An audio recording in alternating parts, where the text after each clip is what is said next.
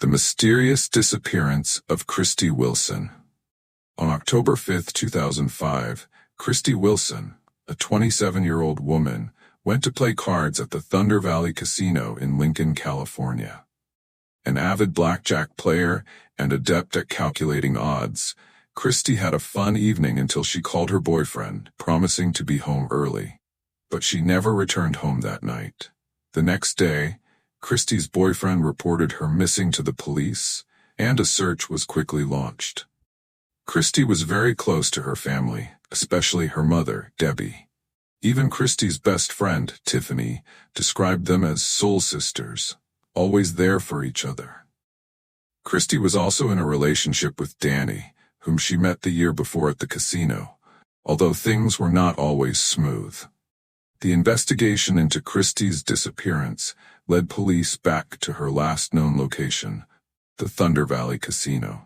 Security cameras captured Christie sitting next to a middle-aged man, Mario Garcia, who tried to approach her, despite her apparent discomfort and refusal.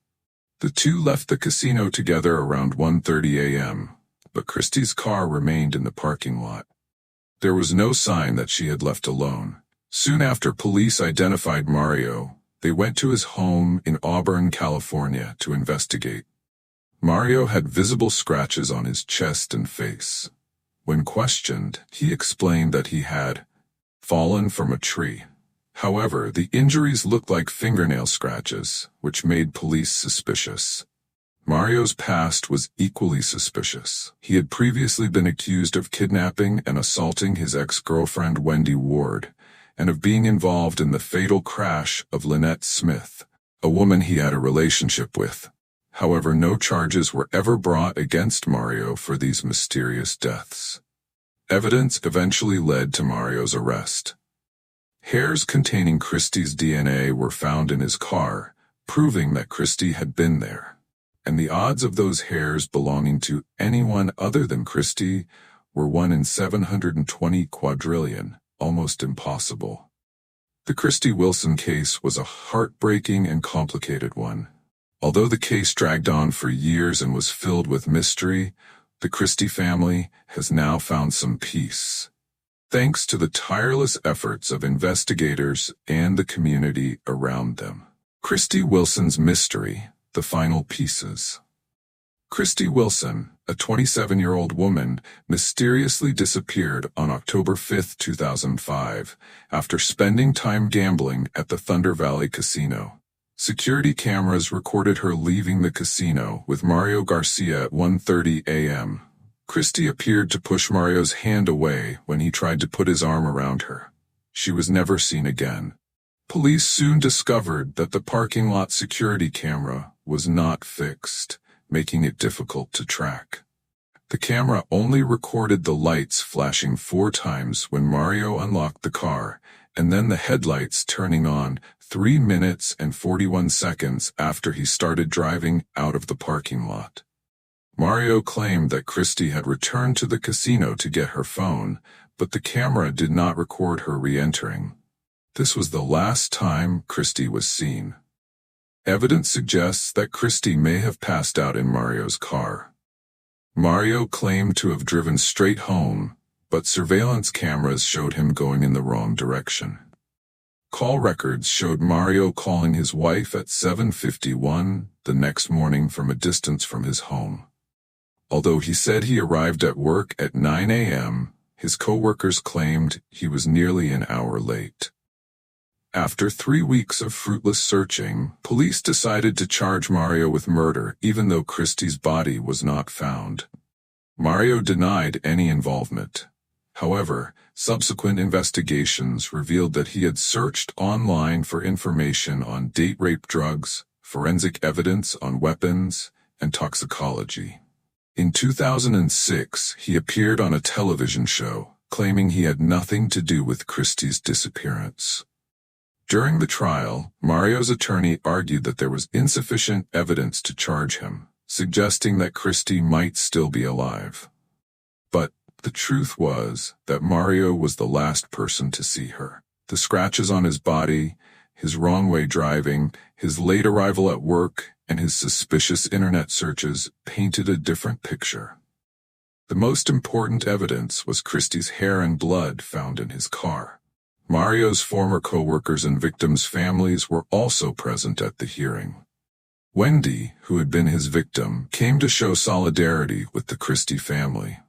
After all the evidence was presented, Mario Garcia was sentenced to 25 years to life in prison, but the term was later increased to 59 years due to his previous violent behavior. He officially served his sentence on January 11, 2007, and his wife filed for divorce shortly thereafter. The sentencing was an opportunity for the Christie family to express their grief.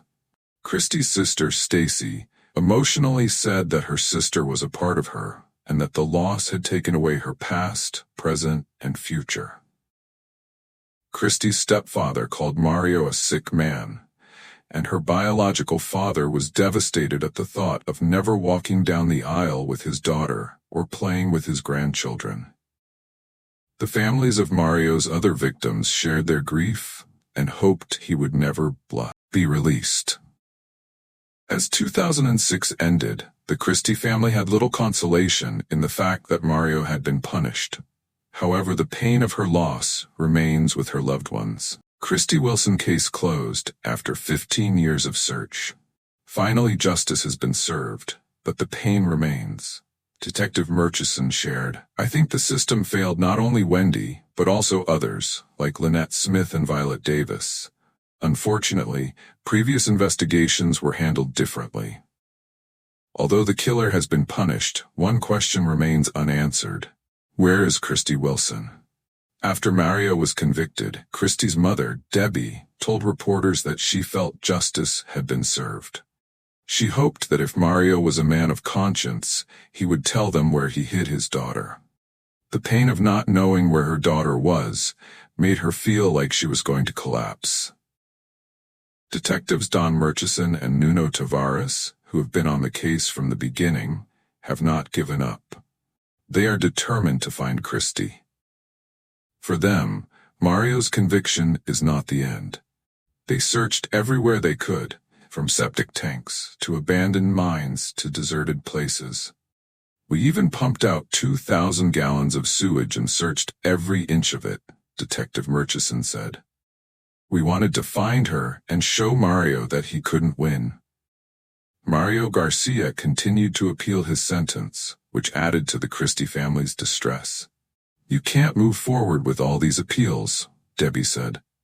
"Every time we thought we were over it, we were pulled back." In 2017, Debbie decided to write Mario, and he responded. Although he didn't confess, Mario apologized and hinted that if he got a reduced sentence, he would provide information. "I would do anything to go home and die with my family," he wrote. After reading the letter, Debbie decided to stop contact.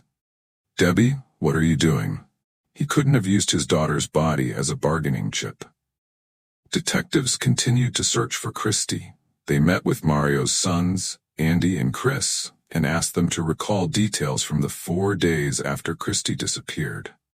Chris said that on the Saturday after Christie disappeared, he saw his father working on a tractor with a tense expression on his face and telling him not to go to the soccer game.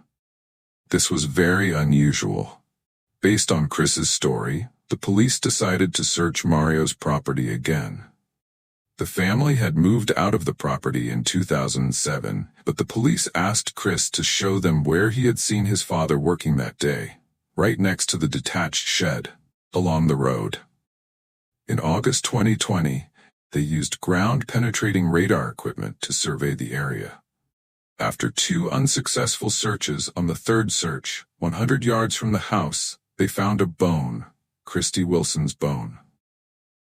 As they dug deeper, they found Christie's skeleton, confirmed by dental records, but without any jewelry or clothing. Christie's body was finally found 15 years after her abduction from the Thunder Valley Casino.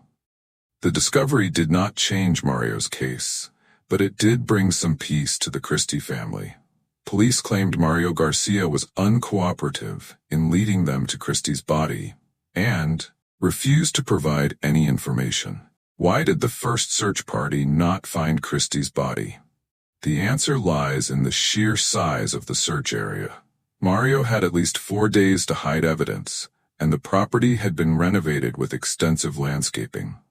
Despite the use of sniffer dogs, the dogs found nothing unusual. Detective Tavares explained, "Sniff dogs are a tool, like any other tool we use. Sometimes they work, sometimes they don't." Christie's cause of death was not determined, but an autopsy revealed a broken hand and nose. The Christie family later spoke to the media after the event. Christie Wilson's mother, Debbie Boyd, said emotionally, "Today is a joyous day. A day that my family and I have been longing for and waiting for the past 14 and a half years. This is a day of peace, a peace we haven't had in a long time, to finally close this painful chapter." Christie's body wasn't found until last week, when police returned to Mario's old home in Auburn and searched again, using new technology and information. Ground-penetrating radar helped pinpoint the exact location. Placer County Sheriff Devin Bell said they never stopped looking for Christie. He called it a big day for justice, a testament to the tenacity of the officers who worked tirelessly to solve the case. On a warm August evening, Debbie, at her home in Scottsdale, Arizona, received a call from Placer County detectives. They had flown in to tell her the news. "I stood at the door, in a fog, wondering, what are you guys doing here?" she said. "And then I said, 'Oh my gosh, you found her?' They nodded.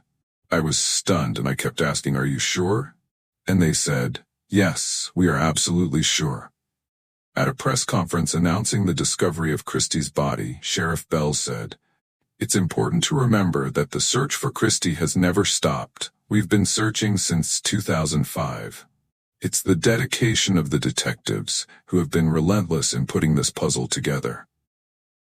He also mentioned Mario Garcia, the killer, who refused to cooperate and provide any information that would help the family find Christie.